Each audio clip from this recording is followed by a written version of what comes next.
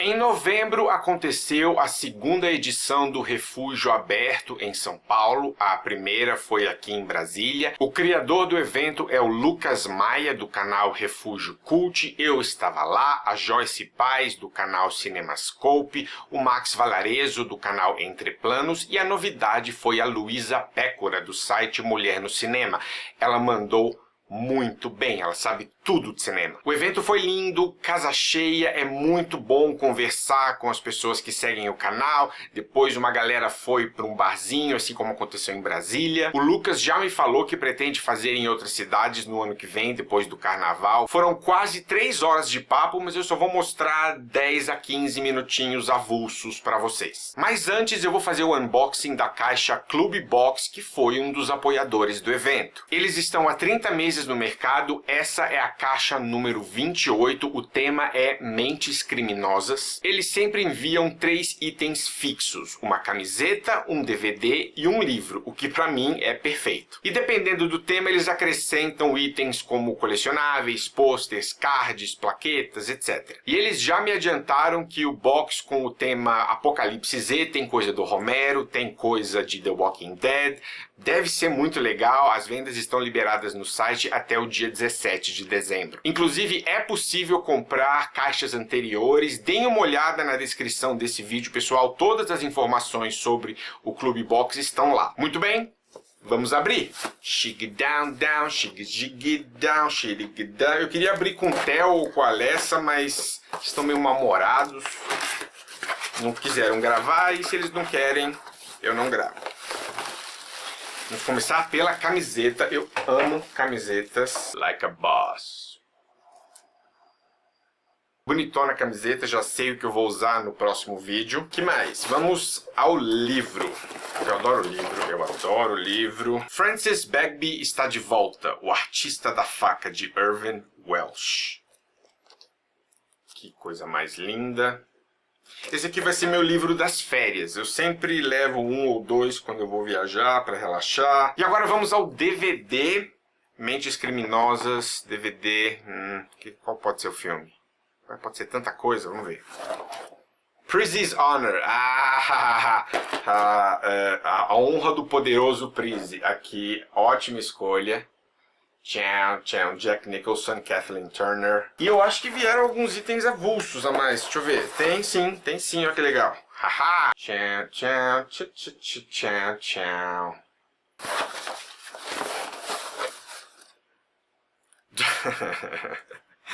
Um cartãozinho de negócios. Dr. Hannibal Lecter, Psychiatrist. Ai, só que bonitinho. Ok. Muito legal a caixa. Quem quiser assinar o serviço, de novo, os links, todas as informações estão na descrição. Agora vamos ver um pouquinho do que rolou no Refúgio Aberto em São Paulo. Abraço. Eu dou aula numa escola de cinema e eu estava semana passada conversando com outra professora no meio da mostra de São Paulo, que a gente estava assistindo os filmes e tal. E aí no intervalo de um filme ou outro eu falei pra ela, ela falou, o que vai ser da gente o ano que vem? A gente não sabe nem a partir do ano que vem, né? Porque vai, enfim, com relação a, não só a gente, mas as escolas de cinema, né? Vai fazer sentido alguém entrar numa escola pra fazer cinema? Que importância, que dimensão isso vai ter a partir de agora, né? E a gente tá meio que tentando especular o que pode acontecer, o que é só especulação. Eu não sei se o Brasil passa de novo, o cinema brasileiro passa de novo pelo que passou nos anos 90, né? Com, enfim, extinção da Embrafilmes. Não sei se chega nesse nível, espero que não. Até porque o cinema brasileiro, hoje em dia, ele tá num patamar absolutamente diferente do que estava naquele momento, assim. Produtoras já mais estabelecidas, que tem uma certa força. Tem uma coisa muito importante que, tendo contato em várias entrevistas de realizadores que passaram por essa crise de basicamente 10 anos que o cinema brasileiro viveu nos anos 90, eles sempre mencionam que, além dessa seca que teve, né, em termos de incentivo e tudo mais, o Brasil ainda estava engatinhando na questão da coprodução. Então o Brasil não existia pro cinema no exterior, assim. Então era meio que assim, você matou literalmente todas as chances, assim, de florescer alguma coisa.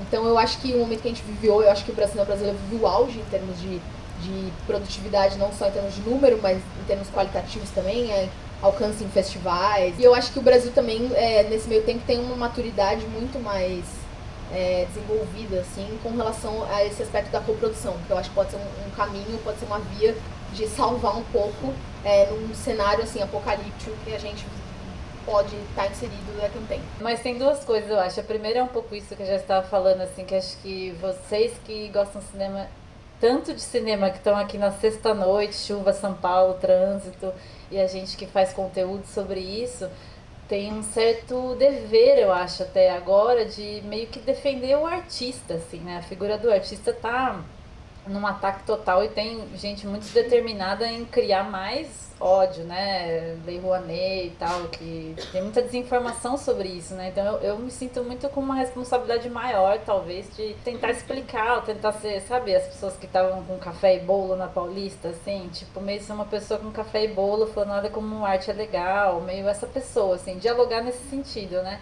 E a outra coisa que eu li uma coisinha que era sobre teatro, na verdade, do Márcio Giscard, não sei se vocês viram, essa semana saiu, alguém perguntou alguma coisa de teatro, ele falou assim, pode acabar o Ministério da Cultura, pode fechar tudo que é teatro, se sobrarem 2 pessoas livres, vai ter teatro. E eu acho que é um pouco a mesma coisa com o cinema, assim, pode fechar o Ministério, pode pegar o fundo setorial, pode botar o Alexandre Frota, pode, sabe assim, pode fazer o que for. Se sobrarem 2 pessoas livres e um telefone celular, tem cinema, entendeu? Tem uma pessoa para assistir, tem uma pessoa para fazer e vai achar um jeito de botar isso em algum lugar. Então, eu tenho pessimismo, mas eu tenho um pouco essa ideia de que, assim, não, esse não é o capítulo final da história, né? Isso entra na minha próxima pergunta para vocês, que é em relação ao cinema estrangeiro em geral. Eu tenho a impressão de que uns anos para cá, por mais que Hollywood ainda seja forte pra caramba, né, a gente gosta dos Vingadores, Liga da Justiça, mas a gente está dando, talvez, quando eu digo todo mundo, mais atenção a filmes que não sejam só de Hollywood. Vocês acham que é uma tendência o cinema estrangeiro crescer cada vez mais? Qual a opinião de vocês em relação ao cinema estrangeiro e ao futuro dele? Eu acho que não vai mudar, assim, é uma festa deles, né? É a casa deles, é a festa deles, são as regras deles. Então, na cabeça deles, tudo bem, tem uma categoria que chama melhor filme em língua estrangeira, então tá ok, a galera que se mate pra entrar. E tá certo, entendeu? Os caras são donos, né, do lance todo. E eu não sei também, é isso que eu tô falando, eu acho que os outros filmes que não são tão comerciais e tal, eles encontram o espaço deles e, em outros lugares. Eu não sei se isso vai mudar. Mas com relação ao público acessar esse tipo de filme, isso que eu tô querendo dizer, eu acho que a internet é muito importante por isso também.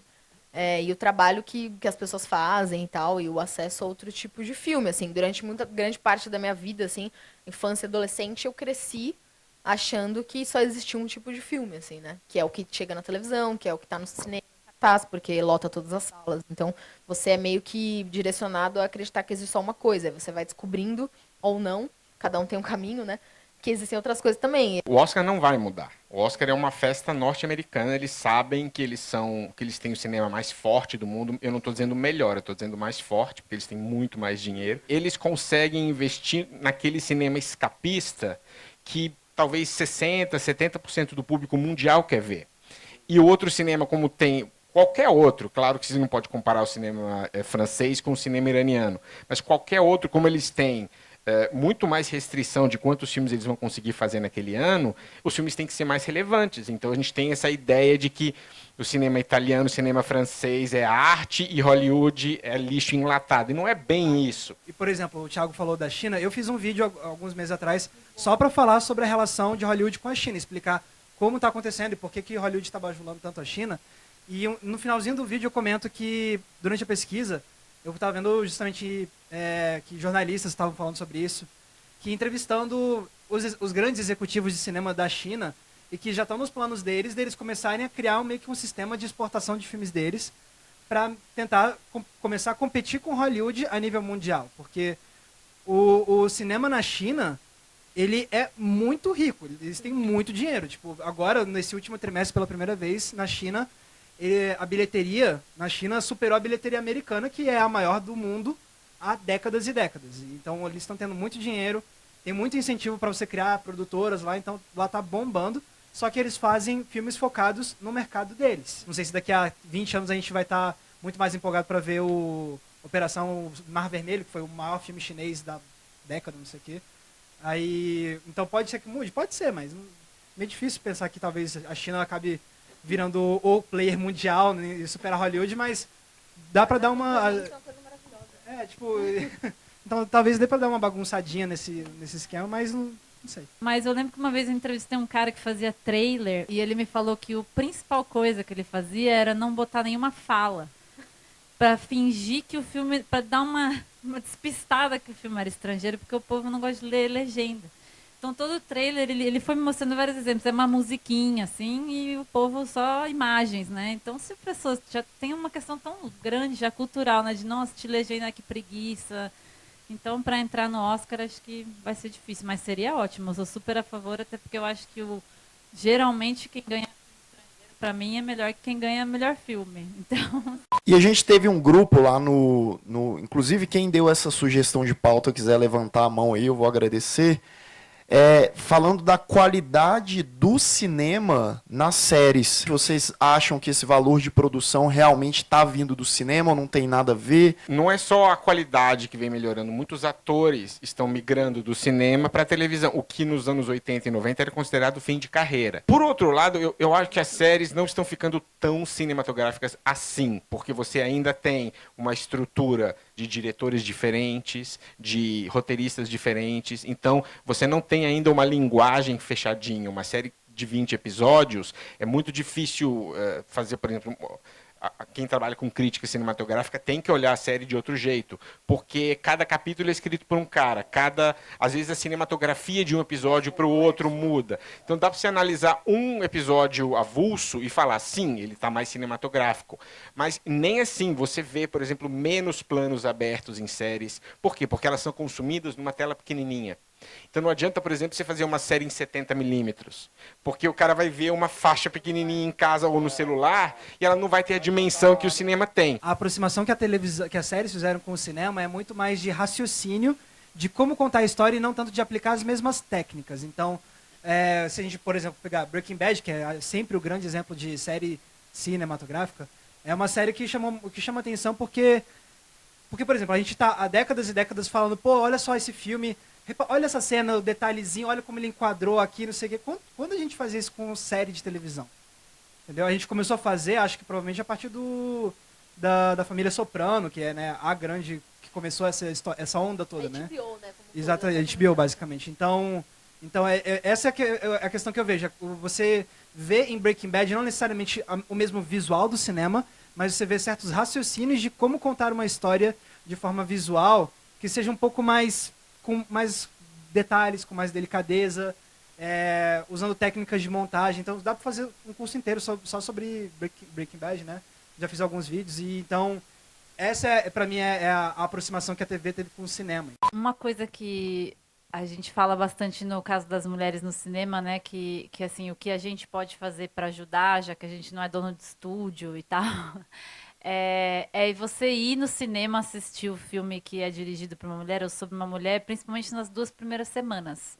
E eu acho que isso no caso do cinema nacional também é uma forma, porque é lógico que não vai resolver, mas cinema você vota, é muito pelo dinheiro do ingresso, né? Então, você indo logo no começo, você ajuda a sustentação do filme ser boa, porque se o filme cai 25% da primeira semana para a segunda, pelo contrato já pode tirar, já pode pôr às 2 da tarde e tal, né? Mas no caso dos Estados Unidos, que é muito estúdio, você vê que dá...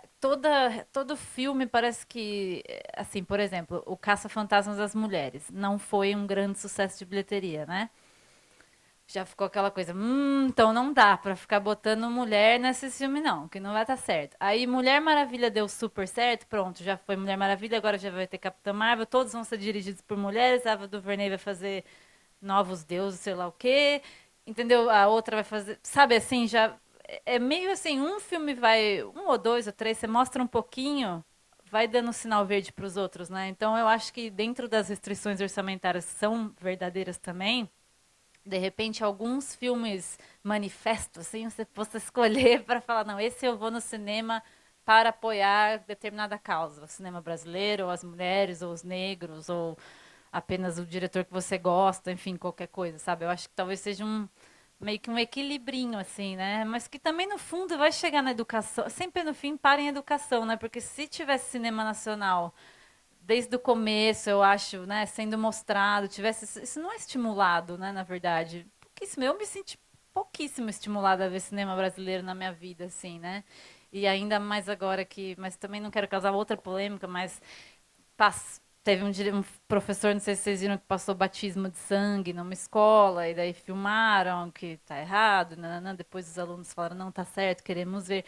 Então, para mim, tá muito nessas duas coisas, nas nossas decisões pessoais e em educação de que isso é importante, na mídia, da gente mostrar, no nosso trabalho também, botar nos canais. Na sua pergunta, você acabou de resumir basicamente qual é o argumento de Hollywood para a gente estar na situação que a gente está, que é homens não vão assistir filmes sobre mulheres, mas mulheres vão assistir filmes sobre homens.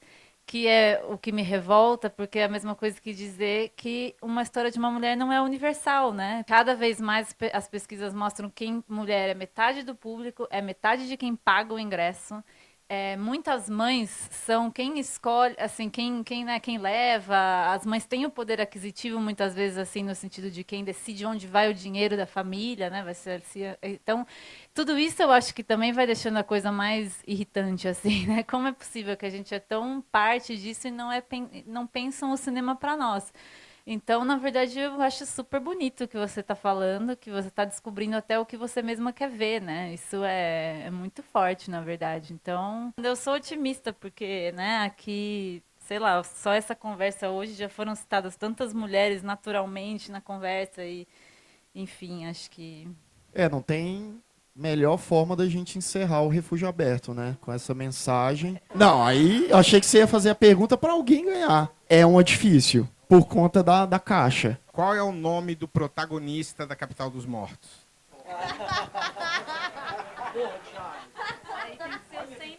Ninguém viu meu filme.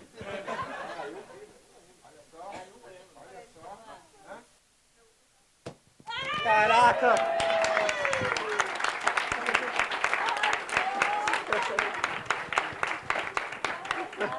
Como é que é seu nome? Ah, você que é o Gabriel. Sua mãe é a Débora, né? Não, é que eu vi o making off no canal dele. Ah,